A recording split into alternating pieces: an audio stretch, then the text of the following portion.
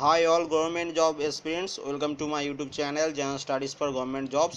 আজকে আমরা ডিসকাস করব জিকে পার্ট 18। এর আগে টোটাল আমরা 17 পার্ট ডিসকাস করে নিয়েছি। যারা দেখোনি তারা অবশ্যই আগের পার্টগুলো দেখে নেবে। এবং আরেকটা কথা বলি, আমাদের যতগুলো ক্লাস হচ্ছে তার মধ্যে জিওগ্রাফির ক্লাসটা খুবই কম হয়েছে, সেই জন্য আজকের আমাদের টপিক হচ্ছে জিওগ্রাফি। এর আগে পার্ট 17 যেটা আপলোড করেছিলাম সেটাও কিন্তু জিওগ্রাফি ছিল, এবং আজকেও পার্ট 18। আজকেও আমরা আরও নতুন 50টি জিওগ্রাফির কোশ্চেন ডিসকাস করব, কারণ জিওগ্রাফি থেকেও কোশ্চেন আসে প্রত্যেক এক্সামে, যে কোনো এক্সাম দেবে, এবং জিওগ্রাফিরও কোশ্চেন আমাদের পড়তে হবে। একটি কিছু বাদ দিলে হবে না, তোমাদের সব পড়তে হবে। সব তোমাদের আমি বানিয়ে দেবো, তোমরা খালি পড়ে পরীক্ষা দিতে হবে। ফার্স্ট কোশ্চেন কি বলেছে, হুন্ড্রু বা হুড্রু, এই যে জলপ্রপাতটি কোথায় অবস্থিত? এটাকে হুন্ড্রু বলা হয় বা হুড্রু বলা হয়। এটি রাঁচি, ঝাড়খণ্ডে অবস্থিত। ব্রহ্মপুত্র নদের উৎপত্তি স্থল কোথায়? না তিব্বতের মানস সরোবরের নিকটবর্তী চেমাউংদুং হিমালয়ের ওখানে ব্রহ্মপুত্র নদের উৎপত্তি স্থল। দক্ষিণ ভারতের দীর্ঘতম নদী কোনটি? গোদাবরী হচ্ছে দক্ষিণ ভারতের দীর্ঘতম নদী। কাবেরী নদীর একটি বিখ্যাত জলপ্রপাতের নাম কি? কাবেরী নদীর একটি বিখ্যাত জলপ্রপাতের নাম হচ্ছে শিবসমুদ্রম। পৃথিবীর সবচেয়ে বৃষ্টিবহুল অঞ্চল মৌসিনরামের নিকটবর্তী শিলংয়ে বৃষ্টিপাত কম কেন? কারণ হচ্ছে এটি বৃষ্টির ছায়া অঞ্চলে অবস্থিত হওয়ার দরুন এখানে বৃষ্টিপাত খুবই কম হয়। নিচের কোন রাজ্যে বছরে দুবার বৃষ্টিপাত হয়?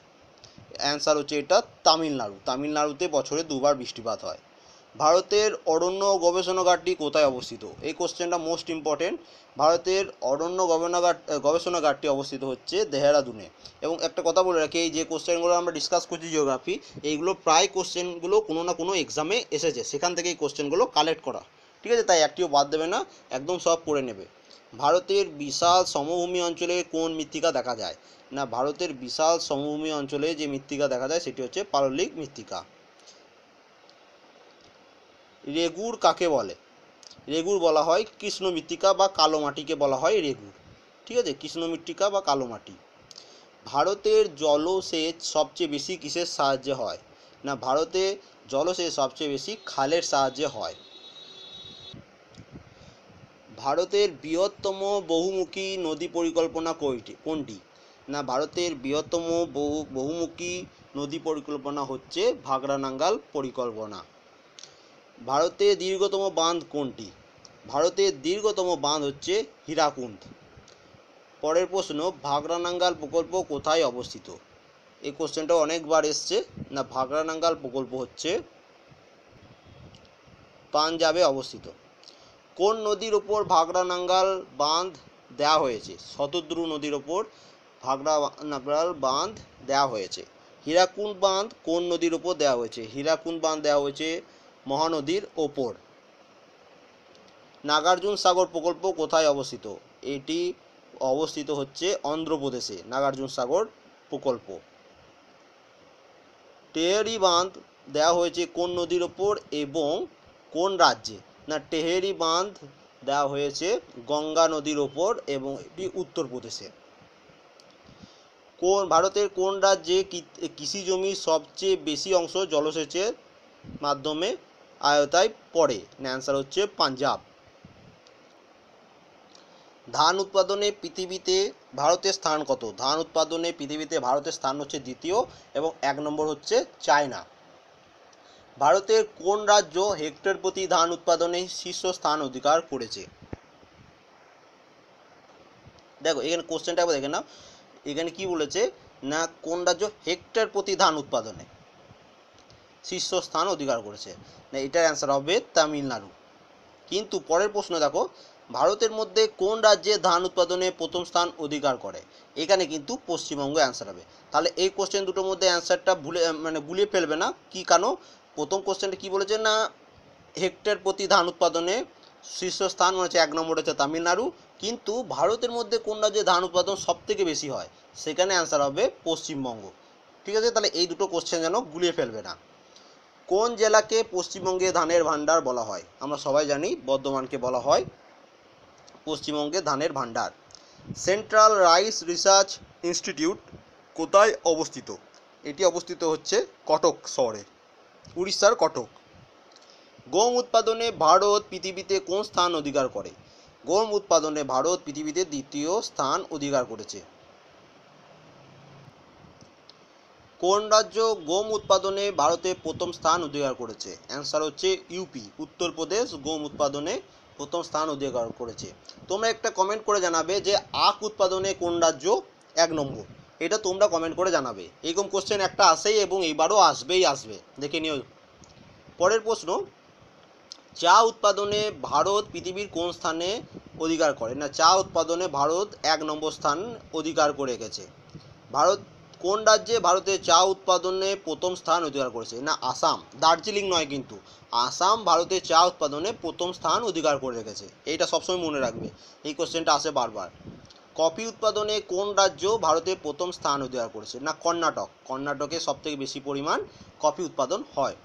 পাট উৎপাদনে ভারতে পৃথিবী কোন স্থান অধিকার করেছে? না, পাট উৎপাদনে পৃথিবী প্রথম স্থান অধিকার করেছে ভারত। ভারতের মধ্যে কোন রাজ্য পাট উৎপাদনে প্রথম স্থান অধিকার করেছে? পশ্চিমবঙ্গ হচ্ছে সেই রাজ্য যে প্রথম স্থান অধিকার করেছে ভারতের মধ্যে পাট উৎপাদনে। কার্পাস বা তুলা উৎপাদনে ভারত পৃথিবীতে কোন স্থান অধিকার করেছে? অ্যান্সার হচ্ছে তৃতীয়। কোন অঞ্চল ভারতের প্রধান তুলা উৎপাদক অঞ্চল? না, কৃষ্ণ মৃত্তিকা অঞ্চল। কৃষ্ণ মৃত্তিকা অঞ্চল হচ্ছে কালো মাটির অঞ্চল, যেসব অঞ্চল কালো মৃত্তিকা বা কৃষ্ণ মৃত্তিকা দেখা যায় সেই সব অঞ্চলে তুলা উৎপাদন সব থেকে বেশি হয়। তুলা উৎপাদনে ভারতের কোন রাজ্য প্রথম স্থান অধিকার করেছে? এটির অ্যান্সার হচ্ছে মহারাষ্ট্র। মহারাষ্ট্র তুলা উৎপাদনে ভারতের প্রথম অধিকার স্থান করেছে মহারাষ্ট্র। এবং বলে রাখি, এগুলো প্রায় ক্লাস 7-8-এর ক্লাসের এই কোশ্চেনগুলো ক্লাস 7-8-এর টেক্সট বই থেকে পাবে। ওই টেক্সট বই যদি কারো কাছে থাকে তোমরা সেখান থেকেও পড়তে পারো, আদারওয়াইজ তোমরা আমার নোট থেকেও পড়তে পারো। আমি আরও অনেক নোট দেবো জিওগ্রাফি ডেসক্রিপটিভ আমি এখন শুরু করি নাই, ওটাও শুরু করব।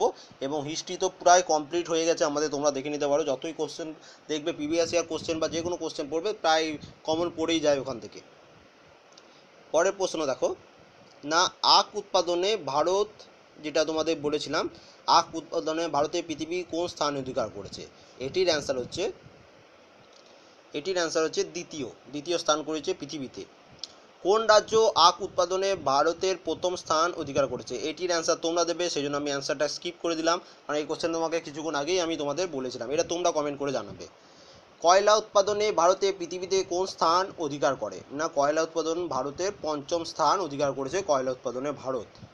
এবং তোমরা এটা কমেন্ট করে জানাবে যে কয়লা উৎপাদনে কোন দেশ 1 নম্বর স্থান অধিকার করেছে। এবং একটা কথাও জেনে রাখো, যারা WBCS বা গ্র্যাজুয়েশন লেভেলের এক্সাম দেবে তাদের কিন্তু 1 নম্বর স্থানে কে আছে, 2 নম্বর স্থানে কে আছে এবং 3 নম্বর স্থানে কে আছে, এই তিনটের অ্যান্সার তোমাদের জানা থাকা দরকার। এবং যারা এমনি ক্লাস 10 লেভেলের এক্সাম দেবে সেইগুলোতে অতটা আসে না, কিন্তু যারা WBCS মিসলেনিয়াস এইসব লেভেলের এক্সাম যারা দেবে তাদের কিন্তু মেন্সে এইটা খুব বেশি করে পড়ে, যে 2 নম্বর স্থানে কি আছে, 3 নম্বর স্থানে কি আছে, মানে 1 নম্বরে যে আছে তার নাম অপশানই দেবে না, ঠিক আছে, তোমাকে 2 নম্বরে যে আছে তার নাম দেবে। দেখবে কিছুদিন আগে আমি একটা WBCS 2015 সালের জিওগ্রাফির কোশ্চেন পেপারটা ডিসকাস করেছিলাম, পুরো অ্যান্সারটা ওখানে পুরো সব 100টা কোশ্চেন আমি ডিসকাস করেছিলাম। ওখানে দেখবে কি করেছে না, এটা মানে 1 নম্বরে যে আছে তার নামটা না দিয়ে 2 নম্বর 3 নম্বরে যারা আছে সে তাদের নাম দিয়েছে। এবার তুমি যদি 2 নম্বর 3 নম্বর কে আছে না জানলে তুমি কিন্তু অ্যান্সার করতে পারবে না। এবার এটা এইরকম কোশ্চেন তোমার যে কোনো এক্সামে আসতে পারে, তোমার কিছু করার থাকবে না। তাই 1 নম্বরের সাথে 2 নম্বর 3 নম্বর কে আছে সেটাও কিন্তু একবার চোখ বুলিয়ে রাখবে। পরের প্রশ্ন, কয়লা উৎপাদনে ভারতের রাজ্যগুলির মধ্যে পশ্চিমবঙ্গ কোন স্থান অধিকার করেছে? না, কয়লা উৎপাদনের ভারতের রাজ্যগুলির মধ্যে পশ্চিমবঙ্গের স্থান হচ্ছে দ্বিতীয়। এবং 1 নম্বর কোথায় হচ্ছে? 1 নম্বর হচ্ছে কোথায়? ঝাড়খণ্ডে সব থেকে বেশি কয়লা উৎপাদন হয়। ভারতের বৃহত্তম কয়লা খনি অঞ্চল কোনটি? না, ঝরিয়া হচ্ছে ভারতের বৃহত্তম কয়লা খনি অঞ্চল। ভারতের বৃহত্তম লিগনাইট খনির নাম কি? ভারতের বৃহত্তম লিগনাইট খনির নাম হচ্ছে তামিলনাড়ুর নেভেলি, আসামের নাজিয়া, এই দুটি জায়গায় বৃহত্তম লিগনাইট খনির নাম। পরের প্রশ্ন কি দিয়েছে দেখো, না আকরিক লৌহ উৎপাদনে কোন রাজ্য ভারতের প্রথম স্থান অধিকার করেছে? অ্যান্সার হচ্ছে কর্ণাটক। আকরিক লৌহ উৎপাদনে কর্ণাটক ভারতের প্রথম স্থান অধিকার করেছে। এবং আরেকটা বলে রাখি, এই যেগুলো কোশ্চেন করছি এই কোশ্চেনগুলো আমরা আবার একবার ডেসক্রিপটিভের সময় পড়বো, তখন একবারে কোন স্টেট থেকে 1 নম্বরে গিয়ে আছে, 2 নম্বরে গিয়ে আছে, 3 নম্বরে গিয়ে আছে, এরকমভাবে আমি তোমাদের ক্লাস করিয়ে দেবো, কিন্তু সেটা একটু টাইম লাগবে, ঠিক আছে, আমি করিয়ে দেবো। বিশ্বের বৃহত্তম লৌহ খনি কোথায় অবস্থিত? বিশ্বের বৃহত্তম লৌহখনি অবস্থিত হচ্ছে বিহারের চিরিয়াতে। কোন দেশে ভারত সবচেয়ে বেশি আকরিক লৌহ রপ্তানি করে? দেখো এই রপ্তানি আমদানি এগুলো কিন্তু জেনে রাখবে। এই বছর দেখবে WCS এইরকম একটা কোশ্চেন এসেছিল যে কোথায় ভারত সবথেকে বেশি সোনা এক্সপোর্ট করে, কিন্তু আমরা সবাই জানি সোনা সবথেকে বেশি পাওয়া যায় সাউথ আফ্রিকায়, কিন্তু ভারত সবথেকে বেশি এক্সপোর্ট করে সোনা কোথা থেকে না সুইজারল্যান্ড থেকে। তাহলে সেখানে অনেকজনই অ্যান্সারটা ভুল করে এসেছিলো। এইরকম ধরনের কোথাও কোশ্চেনও আসে যে কার সাথে আমদানি করে বেশি সবথেকে, ভারত কার সাথে করে, সেইটা তোমার জেনে থাকা দরকার, অবশ্যই জানতে হবে। তুমি যদি গ্র্যাজুয়েশন পাস স্টুডেন্ট হও তোমাকে জানতেই হবে। কোন দেশে ভারতের সবচেয়ে বেশি আকরিক লৌহ রপ্তানি করে? অ্যান্সার হচ্ছে জাপানে। Oil and natural gas ONGC কত সালে স্থাপিত হয়? না অয়েল অ্যান্ড ন্যাচারাল গ্যাস বা ONGC যা বলবে এটি 1955 সালে স্থাপিত হয়। ভারতের বৃহত্তম তৈলখনি অঞ্চল কোনটি? না বোম্বে হাই হচ্ছে ভারতের বৃহত্তম তৈলখনি অঞ্চল। ভারতের প্রাচীনতম খনিজ তেল উৎপাদক রাজ্য কোনটি? অ্যান্সার হচ্ছে আসাম। আসাম হচ্ছে ভারতের প্রাচীনতম খনিজ তৈল উৎপাদক। বক্সাইট উৎপাদনে কোন রাজ্য ভারতে প্রথম স্থান অধিকার করেছে? এটির অ্যান্সার হচ্ছে উড়িষ্যা। বক্সাইট উৎপাদনে উড়িষ্যা ভারতে প্রথম স্থান অধিকার করেছে। অভ্র উৎপাদনে ভারতে পৃথিবীর কোন স্থান অধিকার করেছে? না ভারত পৃথিবীর প্রথম স্থান, মানে অভ্র সব থেকে বেশি পাওয়া যায় ভারতে। অভ্র উৎপাদনে কোন রাজ্য ভারতে প্রথম স্থান অধিকার করেছে? অ্যান্সার হচ্ছে বিহার। অভ্র সব থেকে বেশি ভারতের মধ্যে বিহারে পাওয়া যায়। ম্যাঙ্গানিজ রপ্তানিতে ভারত পৃথিবীর কোন স্থান অধিকার করেছে? না ম্যাঙ্গানিজ রপ্তানিতেও ভারত প্রথম স্থান অধিকার করে রেখেছে।